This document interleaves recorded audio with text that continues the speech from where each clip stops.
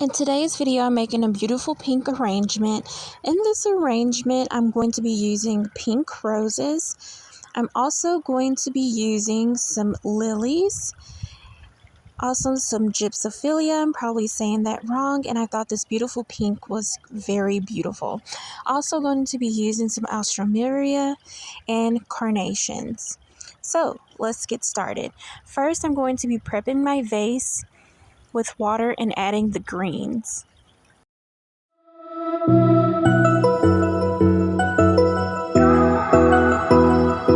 Also for this arrangement, I chose 3 focal flowers, which are the Asiatic lilies, the roses, and the carnations. If you're enjoying this flower arrangement, please leave us a thumbs up and consider subscribing to the channel.